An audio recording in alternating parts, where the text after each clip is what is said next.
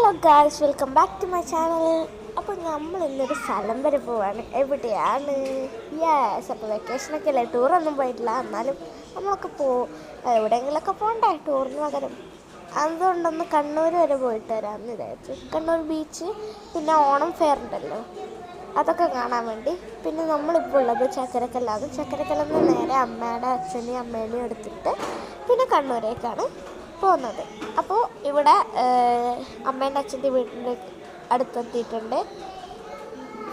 അമ്മയുടെ വീടാണ്.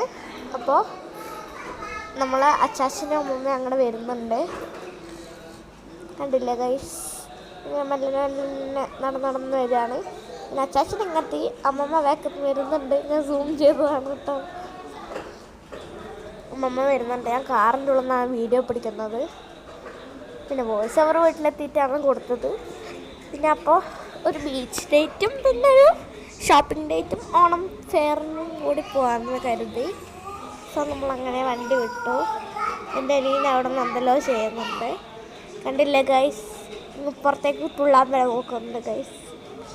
സോ നമ്മളങ്ങനെ അവിടെ നിന്ന് വിട്ടു. അങ്ങനെ നമ്മളിപ്പോൾ ചാലക്കാണുള്ളത്. ചാല കുന്ന് ഒരു സ്ഥലത്താണുള്ളത്. അപ്പോൾ അവിടെ ഇപ്പോൾ കുന്നൊക്കെ മാറ്റിയിട്ട് ഹൈവേ പോലെയൊക്കെ ആക്കി. ഇവിടെ JCBയും അങ്ങനെ സാധനങ്ങളൊക്കെ ഉണ്ട്.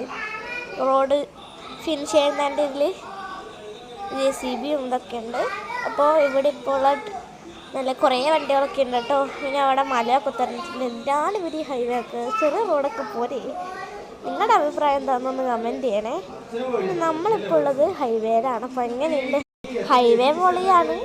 പിന്നെ നിങ്ങൾക്ക് എന്താണ് അഭിപ്രായം എന്നും കൂടി ഒന്ന് കമൻറ്റ് ചെയ്യണേ. പിന്നെ അങ്ങനെ നമ്മൾ നല്ല വെയിലൊക്കെ ഉണ്ടായിരുന്നു, ഭയങ്കര വെയിലായിരുന്നു.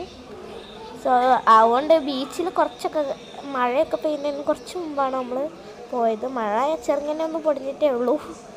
പിന്നെ അവിടെ റെയിൽ പാളമൊക്കെ ഉണ്ട്, കണ്ടില്ലേ ഗൈസ്, അവിടെ ഉണ്ട്.